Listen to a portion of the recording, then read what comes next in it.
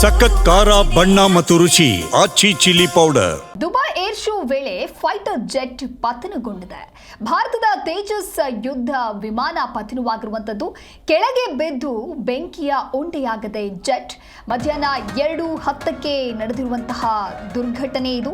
HAL ನಿರ್ಮಿತ ಲಘು ಯುದ್ಧ ವಿಮಾನ ತೇಜಸ್ ದುಬೈ ಏರ್ ಶೋ 2025ರ ವೇಳೆ ಈ ಒಂದು ಘಟನೆ ಸಂಭವಿಸಿದೆ. ಕ್ಯಾಮೆರಾದಲ್ಲಿ ಸೆರೆಯಾಗಿದೆ ಆ ವಿಮಾನ ಪತನವಾಗಿರುವಂತಹ ದೃಶ್ಯಗಳು. ಆಕಾಶದಲ್ಲೇ ಪಲ್ಟಿಯಾಗಿ ನೆಲಕ್ಕೆ ವಿಮಾನ ಬಿದ್ದಿದೆ. ಅಪಘಾತದ ಪ್ರದೇಶದಲ್ಲಿ ಭಾರೀ ಹೊಗೆ ಆವರಿಸಿಕೊಂಡಿದೆ. ಬೆಂಕಿಯ ಉಂಡೆ ಕಂಡುಬಂದಿದೆ. ದುಬೈ ಏರ್ ಶೋ ವೇಳೆ ಆಗಿರುವಂತಹ ಫೈಟರ್ ಜೆಟ್ ಪತನ ಇದು. ಇನ್ನು ಮಧ್ಯಾಹ್ನ ಭಾರತದ ತೇಜಸ್ ಯುದ್ಧ ವಿಮಾನ ಪತನಗೊಂಡಿದೆ. ಅಲ್ ಮಕ್ತೂಮ್ ಅಂತಾರಾಷ್ಟ್ರೀಯ ವಿಮಾನ ನಿಲ್ದಾಣದ ಮೇಲೆ ಹಾರಾಟವನ್ನು ನಡೆಸ್ತಾ ಇದ್ದಂತಹ ವಿಮಾನ ನೋಡ್ತಾ ಇದ್ದಂತೆ ಬೆಂಕಿ ಉಂಡೆಯಾಗಿ ನೆಲಕ್ಕೆ ಅಪ್ಪಳಿಸಿದೆ. ಇನ್ನು ಸ್ಫೋಟದ ಬಳಿಕ ದಟ್ಟವಾದಂತಹ ಕಪ್ಪು ಹೊಗೆ ಎಲ್ಲೆಡೆಯೂ ಆವರಿಸಿದೆ. ಹಿಂದೂಸ್ತಾನ್ ಏರೋನಾಟಿಕ್ಸ್ ಲಿಮಿಟೆಡ್ ಅಭಿವೃದ್ಧಿಪಡಿಸಿದ ಏಕ ಆಸನದ ಹಗುರ ಯುದ್ಧ ವಿಮಾನ LCA ಅಂತ ಹೇಳಿ ಕರೆಯಲಾಗುತ್ತೆ. ಈ ವಿಮಾನವು ಸ್ಥಳೀಯ ಸಮಯ ಮಧ್ಯಾಹ್ನ 2:10ರ ಸುಮಾರಿಗೆ ಪತನವಾಗಿದೆ ಅನ್ನೋದಾಗಿ ಸದ್ಯಕ್ಕೆ ಮಾಹಿತಿ ಲಭ್ಯವಾಗ್ತಾ ಇದೆ. ಭಾರತದ ತೇಜಸ್ ಯುದ್ಧ ವಿಮಾನ ಇದು. ನೀವು ಕೂಡ ದೃಶ್ಯಾವಳಿಯಲ್ಲಿ ಗಮನಿಸ್ತಾ ಇರಬಹುದು. ಸ್ಫೋಟಗೊಂಡ ನಂತರದಲ್ಲಿ ಯಾವ ರೀತಿಯಾಗಿ ಆ ಒಂದು ದೃಶ್ಯಗಳು ಸರಿಯಾಗಿದೆ ಅಂತ ಹೇಳಿ ಸುತ್ತಲೂ ಕೂಡ ಕಪ್ಪು ಹೊಗೆ ಆವರಿಸದೆ ಬೆಂಕಿಯ ಜ್ವಾಲೆ ಯಾವ ರೀತಿಯಾಗಿ ಅಪ್ಪಳಿಸ್ತಾ ಇದೆ ಅನ್ನೋದನ್ನು ಕೂಡ ನೀವು ದೃಶ್ಯದಲ್ಲಿ ಗಮನಿಸ್ತಾ ಇರಬಹುದು. ಆಕಾಶದಲ್ಲೇ ಪಲ್ಟಿಯಾಗಿ ನೆಲಕ್ಕೆ ಆ ಒಂದು ವಿಮಾನ ಬೆದ್ದಿರುವಂಥದ್ದು. ಅಪಘಾತದ ಪ್ರದೇಶದಲ್ಲಿ ಭಾರಿ ಹೊಗೆ ಆವರಿಸಿಕೊಂಡಿದೆ. ಬೆಂಕಿಯೂ ಕೂಡ ಕಂಡಿದೆ. ಕೆಳಗೆ ಬಿದ್ದು ಬೆಂಕಿಯ ಉಂಡೆಯಾಗದೆ ಜೆಟ್ 2:10ರ ಸುಮಾರಿಗೆ ಪತನಗೊಂಡಿರುವಂಥದ್ದು. ಭಾರತದ ತೇಜಸ್ ಪತನವಾಗದೆ ಎರಡನೆಯ ದೃಶ್ಯಾವಳಿಯಲ್ಲಿ ಗಮನಿಸ್ತಾ ಇರಬಹುದು. ಇದಕ್ಕೆ ಸಂಬಂಧಪಟ್ಟಂತೆ ಮತ್ತೊಂದು ಬ್ರೇಕಿಂಗ್ ಅಪ್ಡೇಟ್ ಲಭ್ಯವಾಗ್ತಾ ಇದೆ. ಯುದ್ಧ ವಿಮಾನ ಅಪಘಾತದಲ್ಲಿ ಪೈಲಟ್ ಸಾವನ್ನಪ್ಪಿದ್ದಾರೆ. ಭಾರತೀಯ ವಾಯುಪಡೆಯಿಂದ ಅಧಿಕೃತವಾದಂತಹ ಹೇಳಿಕೆ ಇದು.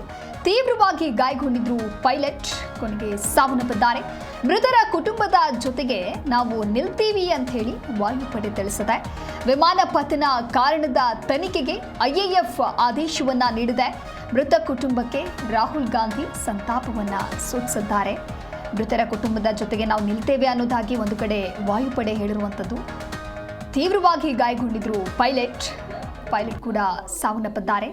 ಯುದ್ಧ ವಿಮಾನ ಅಪಘಾತದಲ್ಲಿ ಪೈಲಟ್ ಸಾವನ್ನಪ್ಪಿದ್ದಾರೆ ಅಂತಕ್ಕಂಥ ಮಾಹಿತಿ ಸದ್ಯಕ್ಕೆ ಲಭ್ಯವಾಗ್ತಾ ಇದೆ.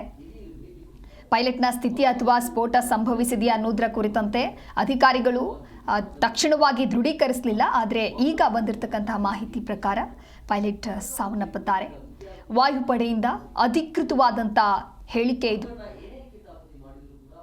ವಿಶ್ವದ ಅತಿದೊಡ್ಡ ವಾಯುಯಾನ ಪ್ರದರ್ಶನಗಳಲ್ಲಿ ಒಂದಾದಂತಹ ದ್ವೈವಾರ್ಷಿಕ ದುಬೈ ಏರ್ ಶೋ ವೇಳೆ ಈ ಒಂದು ಅಪಘಾತ ಸಂಭವಿಸಿರುವಂಥದ್ದು.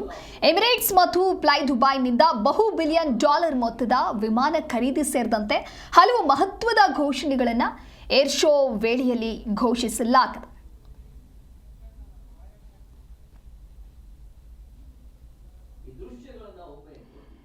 ಈ ಕುರಿತು ಮಾತನಾಡೋದಕ್ಕೆ ಬಾಹ್ಯಾಕಾಶ ಮತ್ತು ರಕ್ಷಣಾ ವಿಶ್ಲೇಷಕ ಗಿರೀಶ್ ಲಿಂಗಣ್ಣ ಅವರು ಸಂಪರ್ಕದಲ್ಲಿದ್ದಾರೆ. ನಮಸ್ತೆ ಸರ್. ನಮಸ್ತೆ. ದುಬೈ ಏರ್ ಶೋ ವೇಳೆ ಅಂದ್ರೆ ಈ ಫೈಟರ್ ಜೆಟ್ ಪತನ ಆಗಿರೋದು ಕಾರಣ ಏನಂತ ಹೇಳಿ ಇವಾಗ ಏನಾದರೂ ತಿಳಿದು ಬಂದಿದೆಯಾ ಸರ್? ಹೇಗೆ? ಇನ್ನು ನಿಖರವಾದ ಕಾರಣ ಇನ್ನು ತಿಳಿದು ಬಂದಿಲ್ಲ.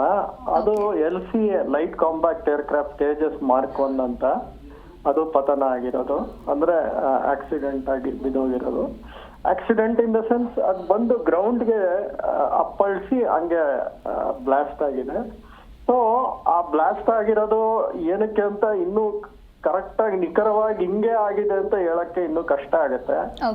ಒಂದ್ ಮೇಲ್ನೋಟಕ್ಕೆ ಏನ್ ಅನ್ಸುತ್ತೆ ಅಂದ್ರೆ ಈ ಥ್ರಸ್ಟ್ ಅಂದ್ರೆ ಈ ಇಂಜಿನ್ಗೆ ಬೇಕಾಗಿರುವಂತ ಒಂದು ಫೋರ್ಸ್, ಏರೋಪ್ಲೇನ್ ನ ಮುಂದೆ ಹೋಗಕ್ಕೋ ಇಲ್ಲ ಮೇಲೆ ಎದೊಳಕ್ಕೋ ಬೇಕಾಗಿರೋಂತ ಫೋರ್ಸ್ ಸಡನ್ ಆಗಿ ರೆಡ್ಯೂಸ್ ಆಗಿರಬಹುದು. ಆ ರೆಡ್ಯೂಸ್ ಆಗಿರೋದ್ರಿಂದ ಅದು ಮೇಲೆ ಎದೊಳ್ಬೇಕಾಗಿದ್ದಂತ ಏರ್ಕ್ರಾಫ್ಟ್ ಸಡನ್ ಆಗಿ ನೆಲದ ಕಡೆ ಬಂದು ಅಪ್ಪಳಿಸಿದೆ ನೆಲಕ್ಕೆ.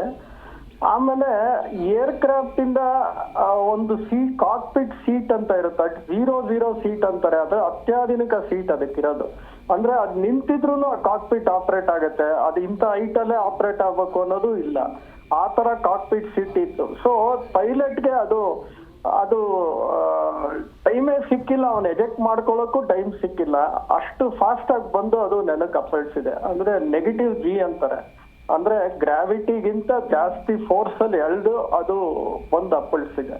ಸೊ ನಿಖರವಾಗಿ ಇಂಜಿನ್ ಫೇಲ್ಯೂರ್ ಆಗಿರ್ಬೋದಾ, ಇಲ್ಲ ಆ ಮೆನೋವರಿಂಗ್ ಮಾಡ್ತಾರಲ್ಲ, ಟರ್ನ್ ಮಾಡ್ತಾರಲ್ಲ, ಅವಾಗ ಏನಾದರೂ ಆಂಗಲ್ ಅಲ್ಲಿ ಏನಾದ್ರು ಮಿಸ್ಟೇಕ್ ಆಯ್ತಾ ಏನು ಅಂತ ಈಗ್ಲೇ ಕಡಖಂಡಿತವಾಗಿ ಇದಕ್ಕೆ ಆಗಿದೆ ಅಂತ ಹೇಳಕ್ ಆಗ್ತಾ ಇಲ್ಲ. Okay, thank you sir, Zee Kannada news ಜೊತೆಗೆ ಮಾತನಾಡಿದ್ದಕ್ಕೆ. Fuck!